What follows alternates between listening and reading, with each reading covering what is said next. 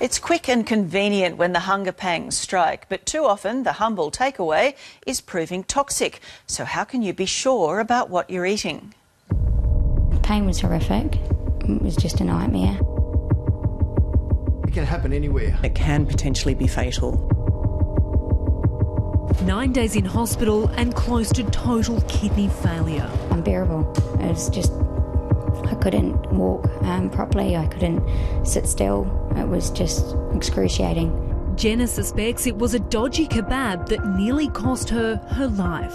I had just a beef kebab in the stand. I'd had one from there before and just had nothing unusual on it. From the moment the mother of two took her first bite, she knew something wasn't right. It just didn't seem to taste the same as usual, which was weird. Unable to eat the whole thing, she threw half of it in the bin and thought that would be the end of it. 2 days later, she was in agony.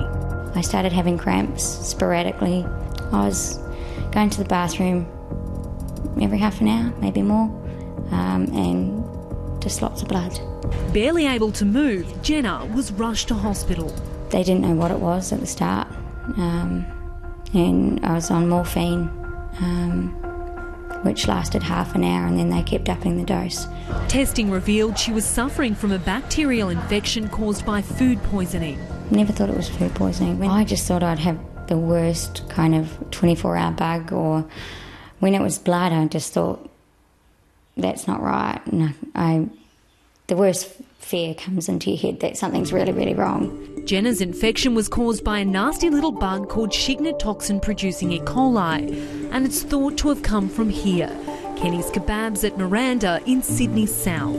And she wasn't the only one. 3 others also ended up in hospital after eating food from the store. It's certainly one of the more dangerous forms of food poisoning. Microbiologist Glenn Pinner is from Biotech Laboratories. He warns the effects of food poisoning can have deadly consequences. It's the same bug or the same group of organisms that was caused the Garibaldi outbreak many years ago. Each year, close to 5.5 million Aussies fall victim to food poisoning. Recently, this restaurant in Melbourne was temporarily shut down after 2 customers were hospitalised for salmonella and 19 others reported getting sick. A 77-year-old woman wasn't so lucky.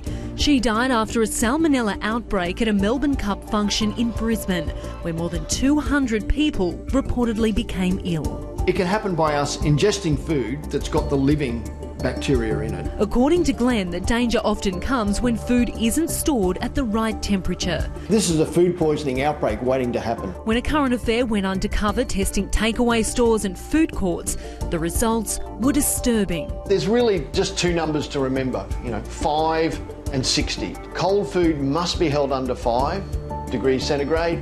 Hot food must be over 60. Among the violations we found was sushi at 16 degrees. One of the problems with sushi, you're looking at the rice, which can have Bacillus cereus in it. And chicken at less than 40. One of the worst offenders, though, were food courts, where we found pasta bake for sale at 37 degrees and chicken satay at a lukewarm 29 degrees. In Australia, really, there's 2 types or 2 bugs that we see. Campylobacter by far is the most common, associated with meats, especially chicken. Secondly is salmonella. Although Glenn warns these bugs are often found in takeaway, he says 90% of food poisoning happens at home.